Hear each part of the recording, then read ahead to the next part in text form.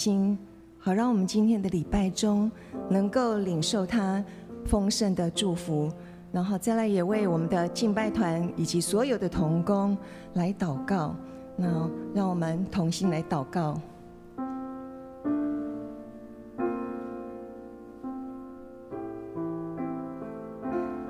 是的，亲爱的天父，我们来到你的施恩宝座前，我们要默默无语，专等候你。圣灵啊，我们求你现在就来，临在我们的当中，临在每一位将时间分别为圣，提早来到你的圣殿，要来寻求你面的每一位弟兄姐妹。主耶稣，你看见我们在这里每一位渴慕你的心，主，你就真是挖通我们的耳朵，也让我们的心能够明白你的心意。主，我们要将所有的敬拜团带到你的宝座前。主，真的是求你先来感动他们每一位，不论是司琴、vocal、主领，每一个同工、吉他手，都让他们能够遇见你。主，从这音乐当中，他就要来被你感动。主，求这个感动是先临到敬拜团的身上，以至于流到每一个会众。所以说，我们要再来为还没有来到我们当中的每一位弟兄姐妹祷告，或者是在路上，或者是还在家里犹豫不决的，主，你就来感动他们的心，让他们今天如果没有见到你的面，他们就不满足。主耶稣，我求你大大的运行在我们的当中，在每一位你所拣选的孩子身上，也特别要为今天的讲员方牧师来祷告。他远从台南来，主，他带着美好的信息，主，你就帮助我们透过今天牧者的讲道，再次苏醒我们的心，让我们能够明白你的心意，也让我们能够代代传承下去，将那美好的福音继续的传承下去，将各样的需要也透过这个讲台能够互相的帮补，让你的国度不论哪一个方面都被满足。主耶稣，我们再次的将今天的礼拜恭恭敬敬交在你的手里，求你来帮助我们每一位，让我们都要定睛在你，放下我们今天所有的重担。主，我们真的是不依靠人，也不依靠自己，让我们单单就是要来依靠神。主啊，谢谢你为我们预备这么美好的一个场地，预备这么美好的一些所有的服事团队。主耶稣，谢谢你。我们要安静我们的心，在你的面前，求主你自己来服侍我们。这样的祷告祈求，都是奉靠耶稣基督的名，阿们。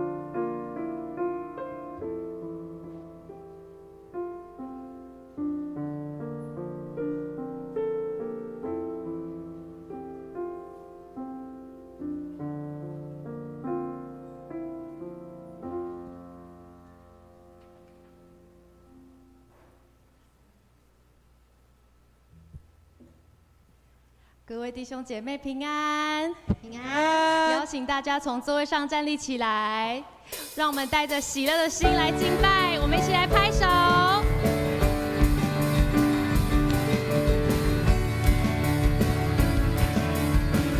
虽然道路崎岖，虽然道路崎岖，困难险阻，但我心中知道，你一直都在。不能明白为何担子重担，但我始终相信你一直牵着我。大山为我挪开，大海有路出来。我要大声宣告，耶稣，你一直都在。你手上的钉痕彰显十架大爱。我要大声宣告，耶稣，你一直都在。我们要大声宣告，神一直都在，阿们吗？阿门！我们继续来拍手。虽然道路崎岖，虽然道路崎岖，困难险阻，但我心中知道，你一直都在。不能明白为何担子重担，但我始终相信你一直牵着我。大山为我挪开，大山为我挪开，大海有路出来。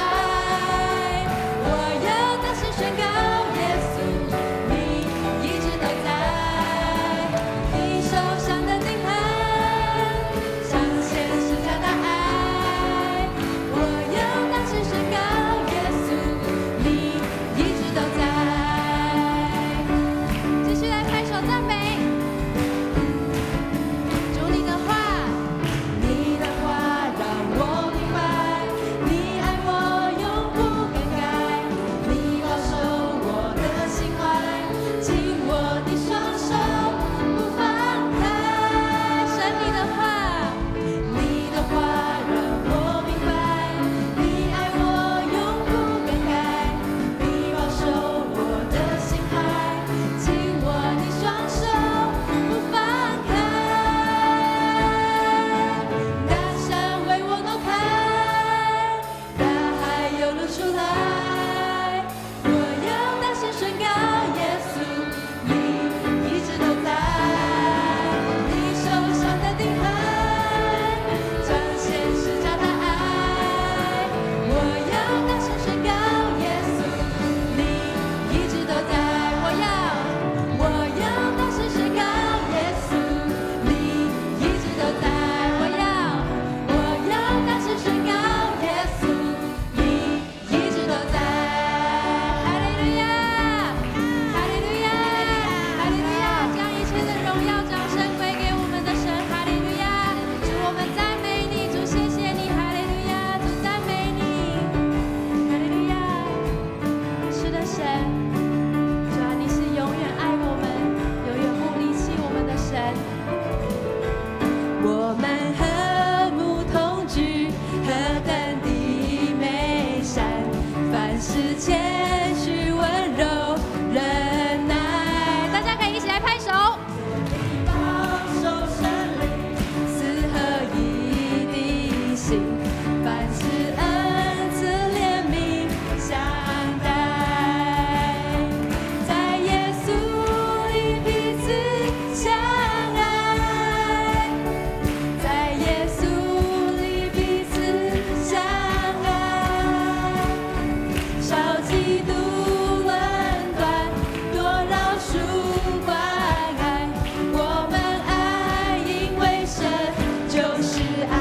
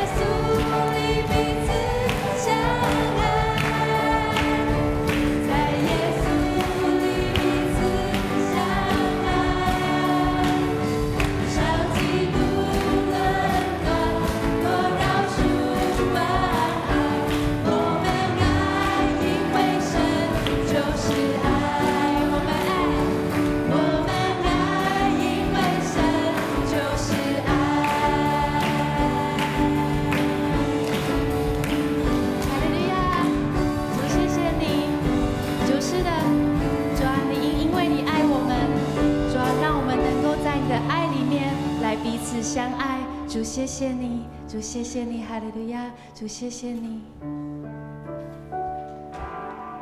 利路亚，主我谢谢你。主，我们邀请你在这个时候来到我们的当中，与我们同在。求你的圣灵更多充满在我们的里面。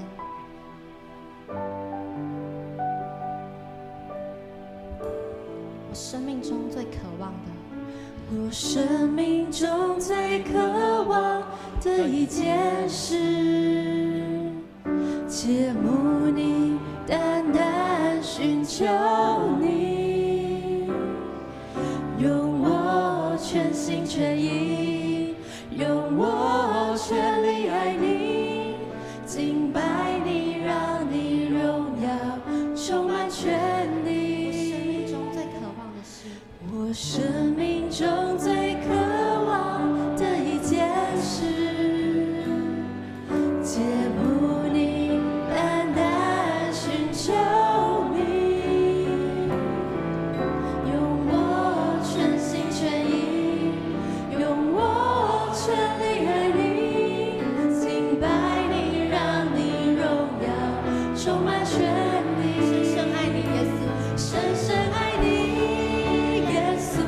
深深爱你，耶稣，我爱你超越生命中一切。深深爱你，耶稣，深深爱你，耶稣，哦，我爱你，耶稣。我的生命已经多久没有来到神的面前与他来亲近？我们的生命是否只追寻着我们想要看见的事物，却忘记神一直在我们的身边？让我们用这首歌成为我们的祷告，对神说：我最渴望的事就是寻求你。我生命中最渴望的一件事，切慕你，单单寻求你，用我全心全意，用我全力爱你，敬拜你，让你荣耀充满全地。闭上眼，一起来唱我生命最渴望的一件事，切慕你，单单寻求，切慕你，单单寻求你，用我全心全意，用我全力爱你，我全心全意，用我全力爱你，敬拜你，让你荣耀充满全地，让你荣耀充满全地。深深爱你，耶稣，深深爱你，深深爱你，耶稣，我爱你超越生命中一切，超越生命中一切。深深爱你，耶稣，深深爱你，耶稣，深深爱你，耶稣，深深爱你，耶稣，我爱你，耶稣，我爱你，耶稣。这时候，我邀请大家持续闭上我们的眼睛，我们回想我们的生命当中，我们这段时间，我们是不是都定睛在我们所看见的人事物，我们所烦恼的事情上面？我们却没有来看我们与神的关系，我们却没有更多来亲近他。这时候，我邀请每一个人，我们开口来向神祷告，对神来说：主，我需要你，主，我需要你，我需要有你的爱在我的生命里，我才能够与人相处，我才能与我自己相处。这个时候，我们一起开口来祷告，我们一起喊三声主啊，主啊，主啊，我们就一起向神来祷告。主啊，主啊，主啊，哈利路亚，哈利路亚！这个时候，请你充满在我们的当中，主，我们需要你，我们不要害怕我们的祷告，我们开口来向神求，主，就这个时候充满在我们的当中。哈利路亚，主，是的，主，需要你，主，需要你，主，需要你，深深爱你，耶稣，深深爱你，耶稣，深深爱你，耶稣，我爱你超越生命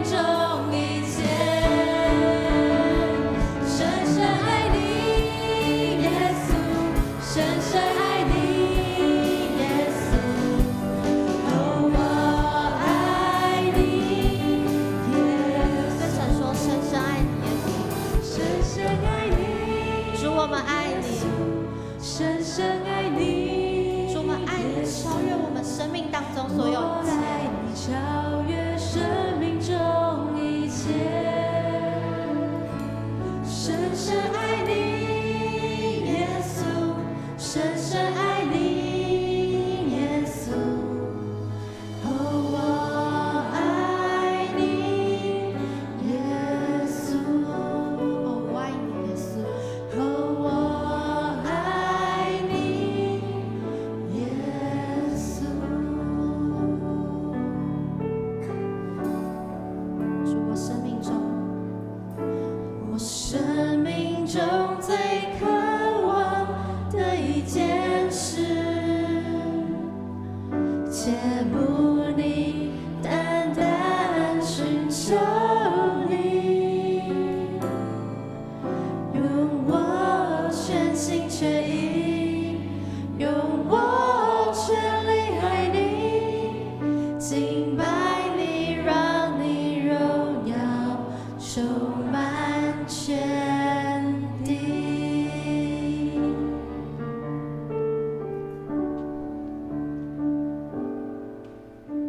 主啊，主啊，我们这个时候来到你的面前，主，求你悦纳我们的敬拜，主也让我们的祷告能够像歌词所说的，我们能够爱你胜过这世上所有的一切。主，因为我们知道在这世界上终究会过去，在你那里却是永恒。主，就让我们能够更多定睛在你的身上，更多来看向你。主，我们祷告不足的，在这个时候，我们一起用神所教导的主祷文来祷告。我们在天上的父，愿人都尊你的名为圣，愿你的国降临，愿你的旨意行在地上，如同行在天上。我们日用的饮食，今日赐给我们，免我们的债，如同我们免人的债，不叫我们遇见试探，救我们脱离凶恶。因为国度、权柄、荣耀，全是你的，直到永远。阿门。各位弟兄姐妹，请坐。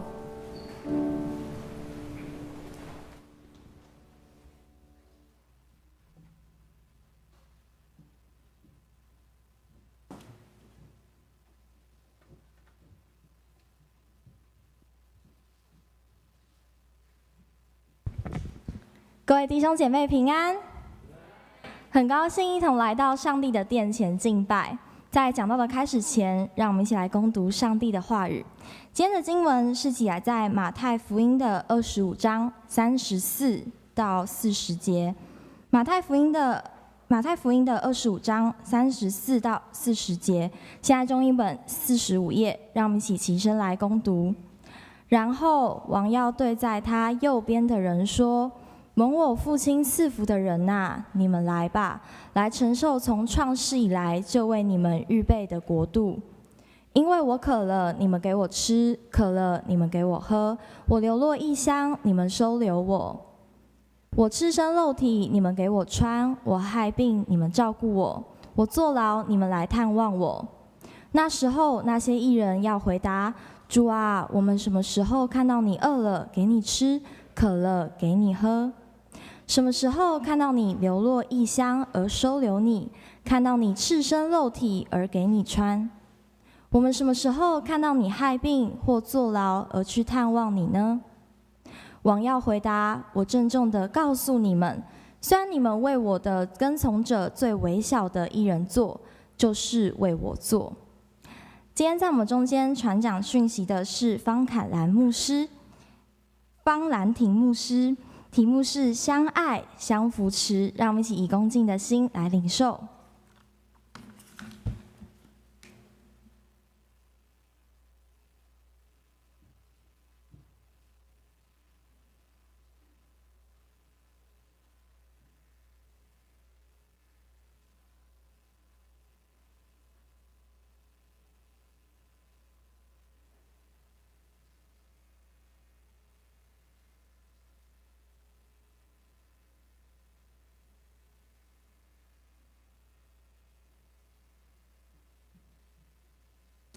弟兄姐妹平安，感谢主能够让我今天代表着台湾教会公报社来到双连教会，跟大家一起来敬拜我们的上主。今天是总会所定的文字传道奉献主日，很感谢双连教会长期以来对文字事工的关心对文字事工的感觉到那个重要，以及为我们的代祷以及奉献所以我今天特别用这一段经文这个题目跟我们一起来分享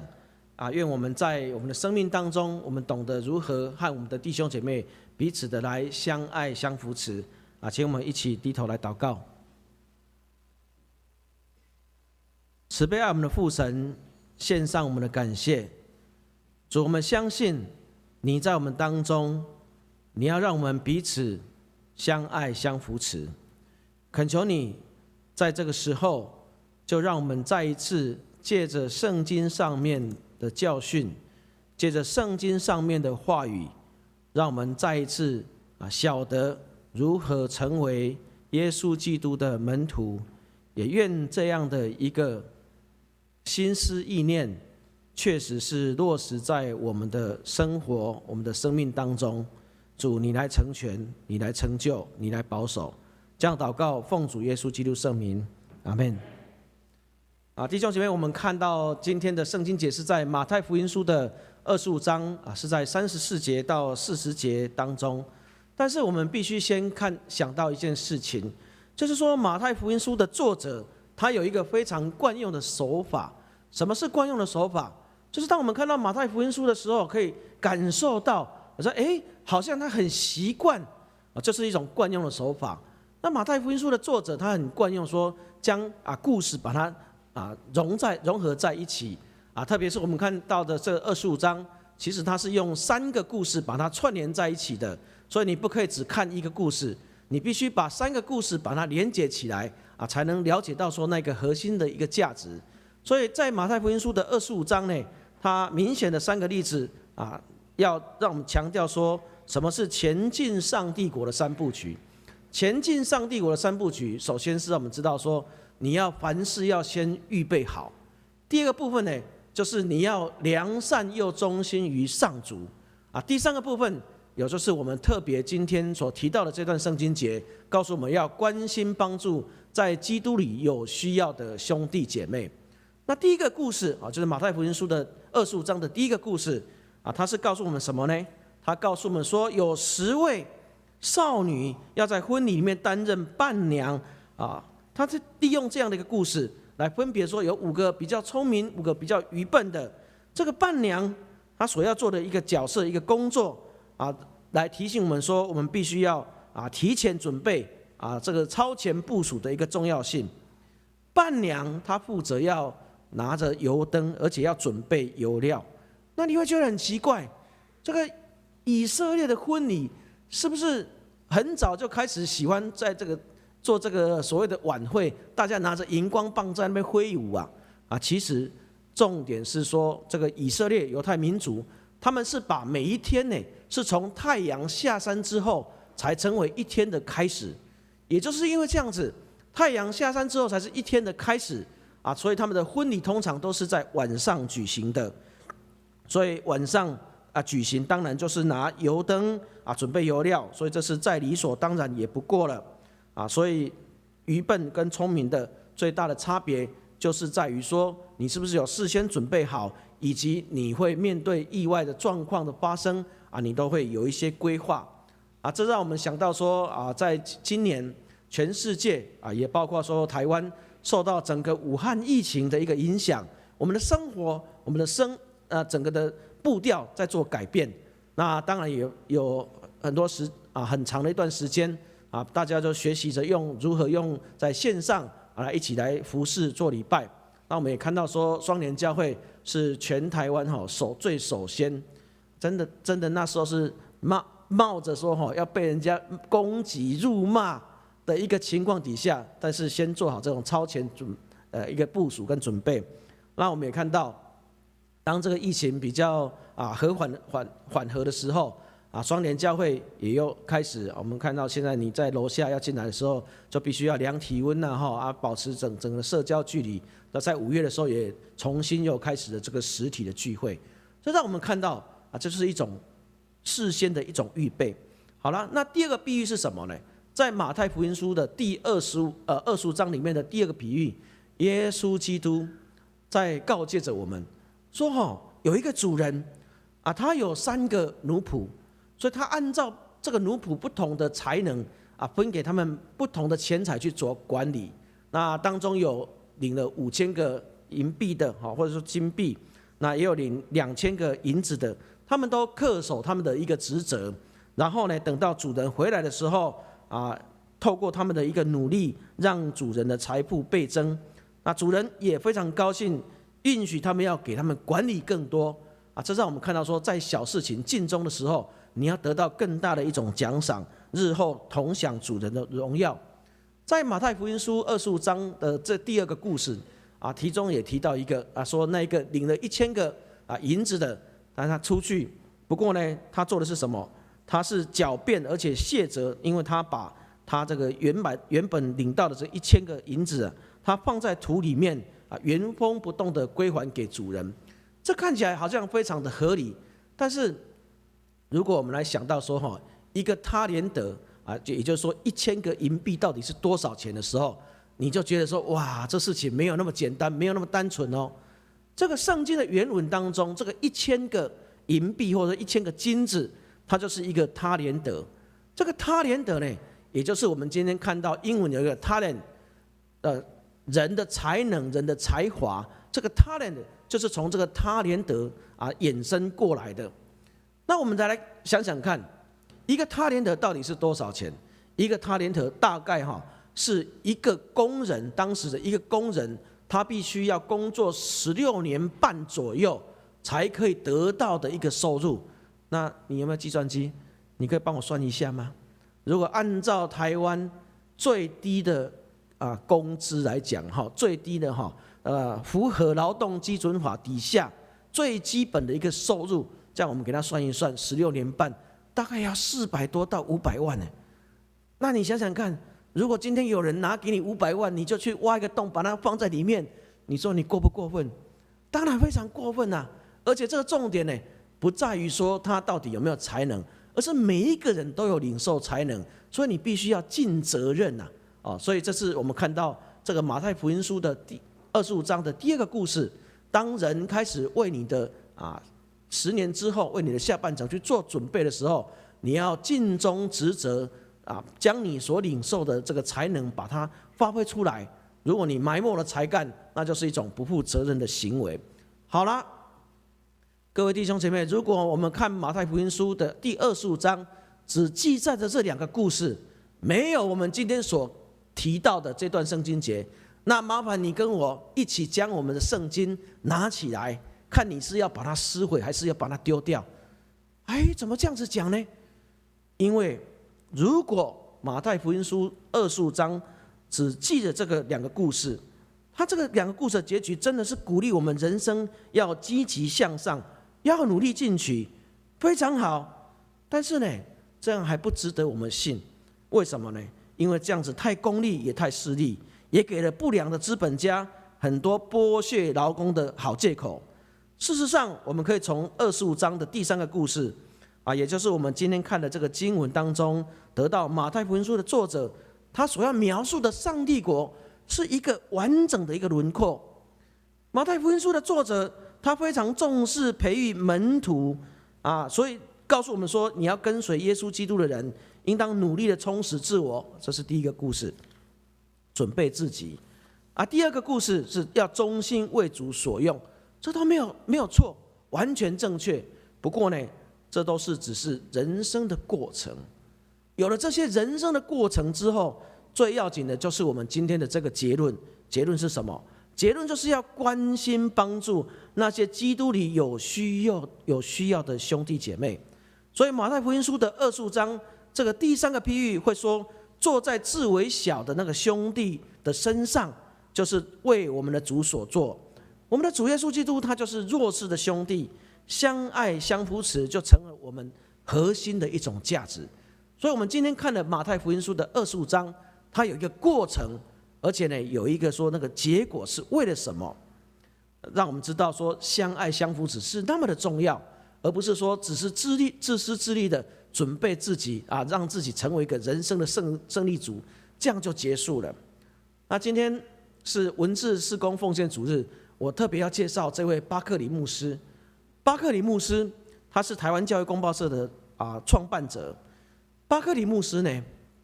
在16岁的时候就写下了让人家非常感动的献身文哈。这边有没有16岁的？麻烦举手一下。还是没关系，还没有16岁哈，就很快你会感受到说16岁就要写献身文，这个人会不会那么无趣呀？16岁就献身要给上帝，可是这个巴克里牧师不是乖乖一下子就那么顺服了。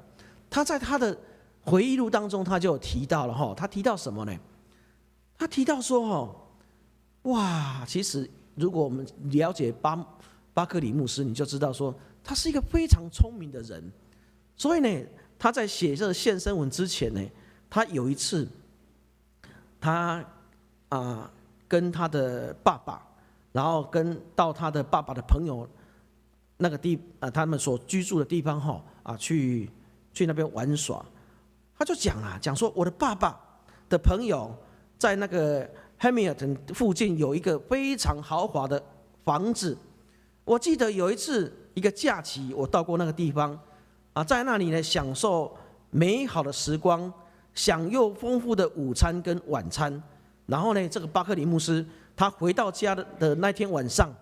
晚上就写下我的志愿。他的志愿是什么呢？不是献身文，他的志愿是讲说，我要成为一名非常富有的生意人，然后呢能够赚非常多的钱，将来可以购买非常多的土地，就跟我今天去的那个地方一模一样。不过很奇怪很特别的，就在当时同样有一个声音就浮现出来了，告诉他讲什么，说不可以，你不可以这样子，因为你将来要做一个传道人。他就想着说实在是非常棘手。他每想到这件事情的时候他说当时他为了这件事情，到底是我要当一个有钱的生意人，买非常多的土地，还是我要当一个传道人？巴克里牧师为了这件事情想到流眼泪呢，他很难过，很挣扎但是他后来就讲说，他终究做了一个正确的一个决定。然后呢，虽然这是非常微不足道，但是他为了这样的决心去海外，也被差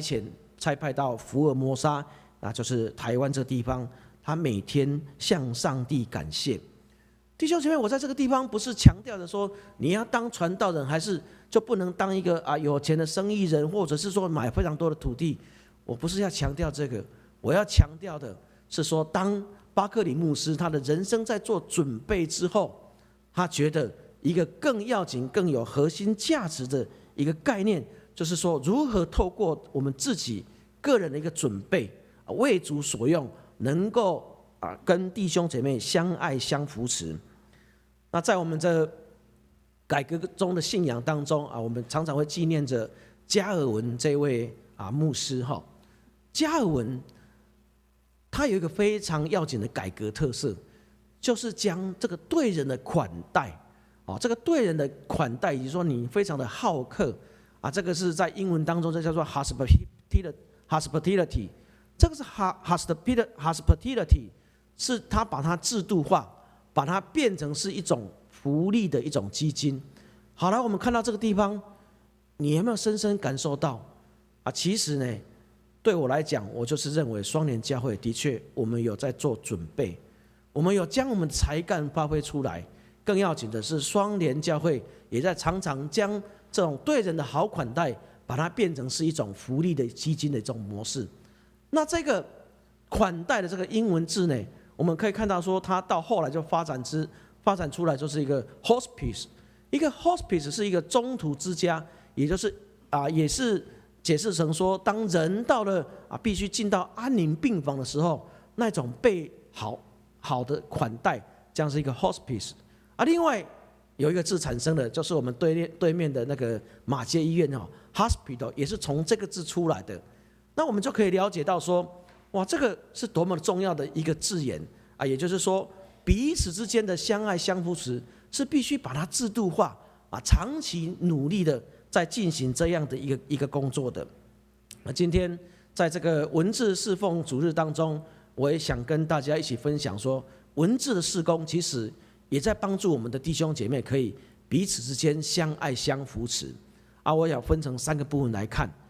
文字能够相爱相扶持。第一个部分是文字在帮我们记录很多弱势者的需要，文字可以让我们一起来关心啊弱势者的一个需要啊。当中这个图有一个人非常的可怜，然后躺在那个医院，那这张是有得到他的同意，有取得肖像权的哈。他是玉山神学院的院长，叫做布辛大利牧师。2016年的时候，玉山神学院到了年底，哇，他们财务有非常大的一个困难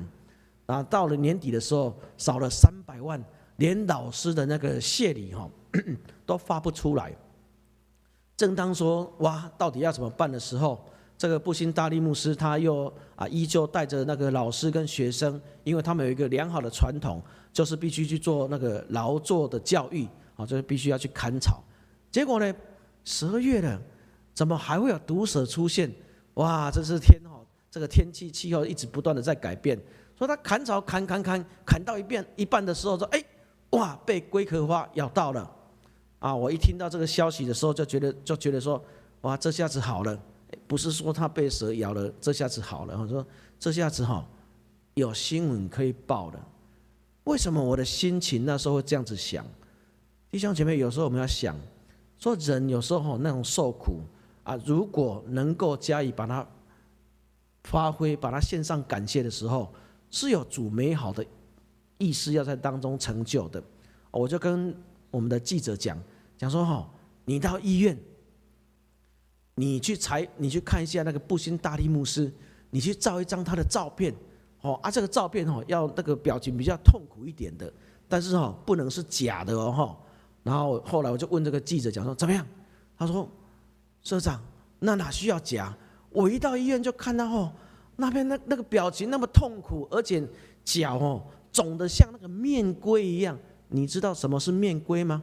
米谷好像肿得非常大，一只脚变成2只脚那么肿。然后呢，在12月的时候我们就将这一张的照片把它放在教会公报的头版然后报道着整个玉山神学院他们的一个欠缺。奇妙的事情发生了，原本欠缺300万，这个报纸一登的时候，台南有一位非常有爱心的医生，他个人就奉献了250万。那在经过几次的报道之后，就帮玉山神学院当年他真的解决了他们的财务的困难。教会公报社每一年到了12月也都是在那边很难过，说到底今年会不会过关感谢主，总是年年难过，年年过可是当我将这个消息、这个事情跟我们的同工分享的时候，当中就有一位我们的同工眼睛瞪着非常大，就这样看着我，跟我讲说：“社长，不然你也去让蛇咬一下感谢主，我没有被蛇咬到但是呢，透过我们双联教会，透过我们非常多弟兄姐妹彼此的为我们的关心代祷，我们相爱相扶持总算还是一样依旧这样年年难过，还是年年过了。所以我们看到说，文字可以帮助我们透过关心弱势者的需要，我们彼此的相爱相扶持。那第二个部分呢，文字如何彼此的相爱相扶持？其实文字在帮我们记录生命的见证。那这个图片当中蓝色衣服的这一位弟兄，我们可以看到他的表情好像非常跟我们不太一样他的动作非常不协调其实他是一位脑性麻痹的身心障碍者，他叫做黄世峰。黄世峰弟兄他在教会公报社所发行的更新周刊，他写下他的见证。他的题目是什么呢？他的题目是说，我的主业是传福音。因为呢，他是在邮局门口前卖彩券的一位彩券业者哈，他就这样写着说：虽然我在卖彩券，但我都告诉朋友，我的主业是传福音呐。赖以为生的卖彩券工作，却逊位成为副业。邮局走廊柱子旁摆着一副简单的桌椅，桌上放置圣经更新周刊、福音单张，反而果腹为生的彩券摆放的不怎么明显。朋友来看我的时候不可置信，笑我说根本没有在卖彩券。弟兄姐妹，我们想想看，一位是在整个社会是弱势当中的弱势，是在社会底层的一个这样的需要人家特别关心的一个人，但是他的生命情操是那般的可贵，也让我们这些有能力的人更加懂得如何要用慈悲感恩的心来回应上主的恩典。他的主业是什么？他的主业是不是卖彩券？他告诉每一个人说，我的主业是在邮局门口传福音、发福音单张。所以让我们了解到说，文字的事工是让我们记录每一个人的生命见证。透过这样的生命见证，是不是再一次启发我们如何的对我们当中的弟兄姐妹有欠缺、有需要的人，我们更加的彼此的相爱、相扶持。那第三个部分透过文字，我们怎么样可以彼此的相爱、相扶持呢？其实呢，文字是在让我们学会做该做的事情。那今天我们看的这段圣经节当中，有特别提到说，当人被关在监狱的时候，你去探望他；也特别提到，当我生病了，你来照顾我。我们可以想想看，这个两件事情其实并不是那么简单呐。怎么说呢？当有人生病的时候，你去照顾他，这在犹太民族在他们的信仰当中，可能这个人他就会被一样必须跟这个病人因为你去接触到病人，你就必须被隔离。被隔离呢，会让这个人丧失他在整个犹太会堂的一个生活，他也会丧失能够进到圣殿去敬拜上帝的一个权利。但是呢，我们想想看，就是有人宁可能会这样丧失这些权利，但是他依旧要去照顾那个在生病当中的一个朋友。所以让我们想到一件事情当这个武汉肺炎蔓延的时候，有非常多的医护人员，他们被污名化他们在社区生活的时候被人家觉得说好像他们就是身上充满了病毒一样这让我们更加晓得说，这样子做其实是我们在牺牲自己的一个权益。我们要懂得牺牲自己权益，去照顾我们那些在生病当中的弟兄姐妹。那另外一个，当你去探望那个在监狱里面的人，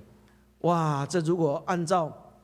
整个台湾的一个社会的演变过程，我们也可以看到说，当早期在白色恐怖时代，如果你去看一个是因为政治立场跟当局不一样的人，你去关心他的，可能你会被点名做记号。弟兄姐妹，我们可以看到，当有人他在那种心灵上欠缺的时候，我们更加去关心他，就是主耶稣基督对我们的一种教导。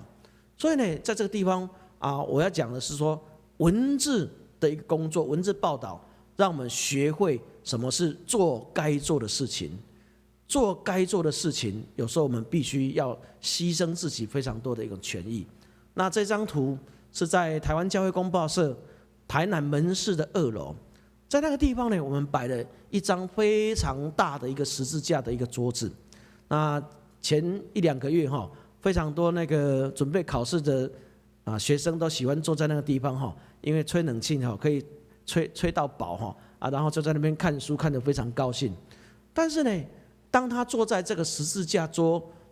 在那个地方读书的时候，其实我们这张十字架桌就是要提醒每一个在那边为自己的生命做准备的人，要让他能够了解说，当你站起来将你的书本合上的时候，你要看到十字架的桌子。原来我们的自我准备，我们的发挥才干，是为了学习主耶稣基督为人牺牲的一种精神，是要学习着十字架那种舍命的一种感动所以呢我们也可以看到说，文字一个事工，就是让我们学会如何做该做的一种事情。当我们看到今天我们遇到这么多的很多的疫情、很多的灾难的时候请我们也再一次想到说，我们要彼此之间的彼此的相扶持相爱、相关心所以也在这个地方也再一次代表台湾教会公报社，谢谢大家长期的关心也为我们代祷也恳求继续我们为我们的欠缺继续来为我们来奉献。那因为疫情的关系，所以知道说有时候这个参加实体礼拜的人会比较少，所以我们也发展了这个线上的奉献了如果你不相信的话，你可以试试看，你拿起你的手机把它扫 QR code， 如果扫得成功，麻烦也可以在线上为我们奉献了最近大家很流行一句话，叫做报复性的消费，报复性的什么，报复性的什么我不知道有没有这个报复性的奉献这个用词但是奉献是一种心甘乐意的只是说我们这个报复性，我们把它解释说，如果之前没有奉献的，要补上进度这是我们做基督徒的一个应有的一个本分也再一次谢谢大家对文字事工的关心。在我们祈祷之后，我有一段短短的影片要请大家一起来观赏也能够让大家再次看到说其实教会公报社在10年前也开始的所谓的网络事工我们也是在做这种所谓的超前部署希望也大家继续关心教会公报社的一个网络事工。再次谢谢大家，请我们一起低头来祷告。慈悲爱我们的父神，献上我们的感谢。主，谢谢你让奉你的名而设立的双联教会在台北的黄金地段成为教会界的领头羊，恳求你让教会的领头羊双联教会继续的为了10年之后的今天做准备，继续的发挥教会应有的领受，让每一位弟兄姐妹如同那5000的在为主耶稣基督多得人，赢得更多的恩典。也恳求你在这2项的准备之后，也让领头羊双联教会能够跟更多的弟兄姐妹彼此相爱相扶持。谢谢你，我们看到，也恳求你让双联教会继续的奋进。谢谢主耶稣，这样祷告，奉主耶稣基督圣名，阿们。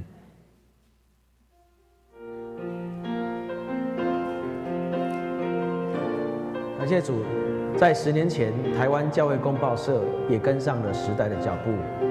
我们可以将文字开始也放在电子的媒体上面。10年前，台湾教会公报社开始有了 TCNN， 也就是台湾 Church News Network。透过电子传播的方式，我们将原本在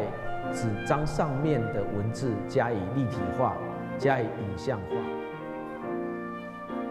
网络成为一种工具，那我们可以借着这个工具把福音宣扬出去。那所以TCNN现在已经10年了，这10年来我们一直非常注重这个在网络或者新媒体的运用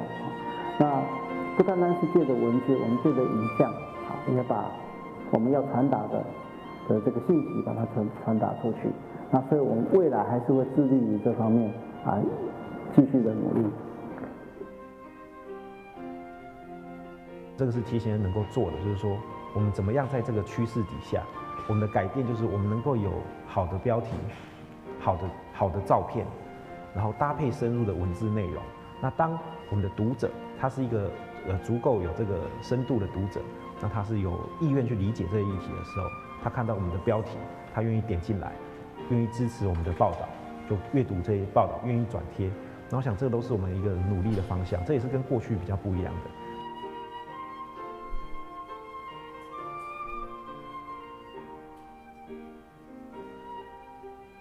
透过这个新的媒体人家会接触到许多新的讯息。那这个是这一代的人他们的一个习性也演变成一种文化。那我觉得这个是一个很好的使用工具。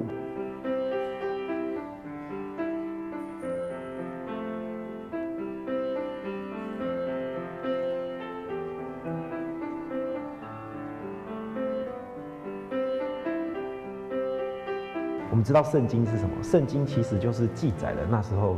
早年这个以色列人他们的历史嘛。那其实台湾教会公报在做同样的工作，就是我们用一个基督徒的观点，在记录着，或许是说台湾这个民族，或者是台湾这块土地上的人，他怎么样一步一步走到今天，这个世界的潮流是怎么演变的，台湾自己的历史是怎么演变的。那我想这就是我们现在持续一直在做的事情，我们一步一步就是扎扎实实的记录台湾这个发生的事情，然后就是一个好的信仰见证。我们在第一线付出的人有时候你背后的这些乐听的观众，不见得能够理解说，哇，原来这背后需要有这么多的用心跟辛苦的地方。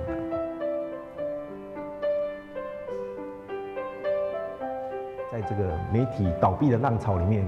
公报社还是很幸运的，有上帝的看顾保守，所以能够生存下来。那我们的未来能不能继续？就是需要各位弟兄姐妹一起为我们的事工来奉献。感谢各位在过去的日子以来，对于文字事工大家的关怀、大家的代祷以及支持奉献。也因为大家的支持跟奉献，让文字事工可以顺利的推展过去，让还未得到福音的人可以听到福音，还未相信耶稣基督的人，可以借着我们所传播的信息，更加认识我们的信仰。大家一起来参与，谢谢大家。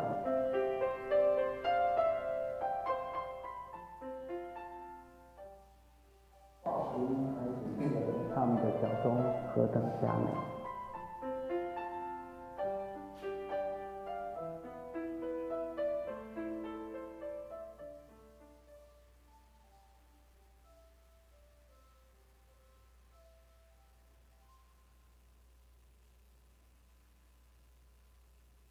现在让我们一起来奉献。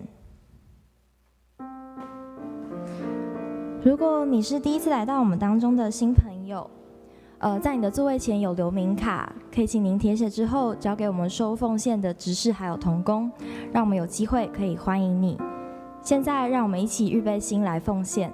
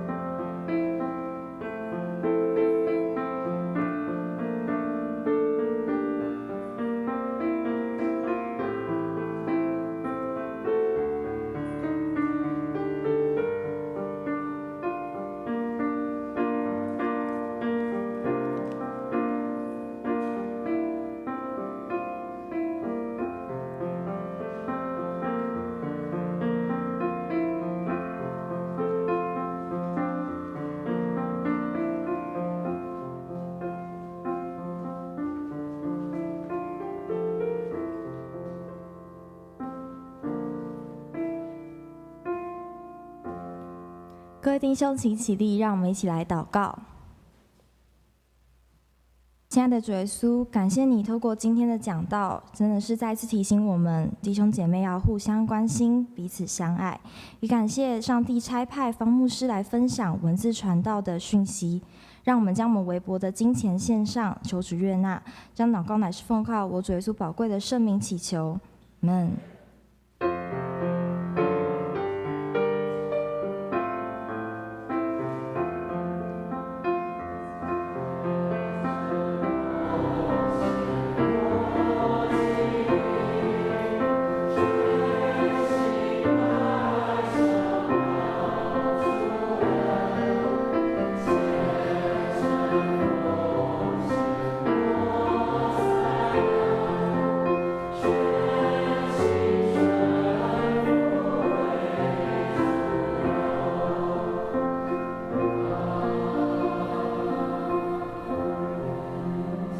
请坐。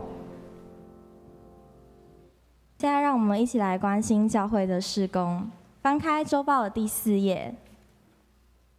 本周特别事工第1点，本主日为总会所定的文字传道奉献主日，感谢台湾教会公报社社长方兰婷牧师代表前来本会第1到第3场礼拜正道请安及报告，愿上帝赐福公报社所做的文字宣教事工。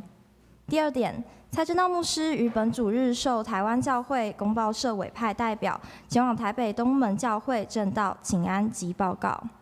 肢体关怀，本会会有蓝国敏弟兄于7月9日安息主怀，请修姐关心代祷，愿上帝安慰已足。再来，周报的第6页，第3点，装备课程滑向深处的祈祷。日期在8月9日起，一共有11堂课，时间在每主日的9点到10点。弟兄姐妹如果要报名的话，可以找李素芬干事或者是线上报名。现在让我们让传道来做补充的报告。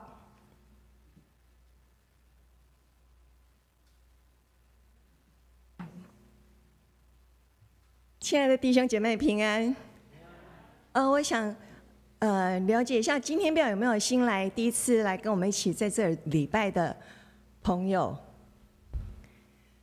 好像今天没有新朋友，那还是很高兴大家一起在这儿敬拜主。那我要补充报告的一点就是，我知道说我们现在就没有牧养代祷的项目，但是在你们座位前面都有代祷卡。那如果你们心里有什么需要代祷的，不管个人的事情或者你的朋友，那你可以写在黄色的那个代祷单。那蓝色的呢是事工，如果你是小组同工，那你也可以把你的负担写在里面。那我们今天没有新的朋友，那我们现在就一起来唱回应诗祝福歌。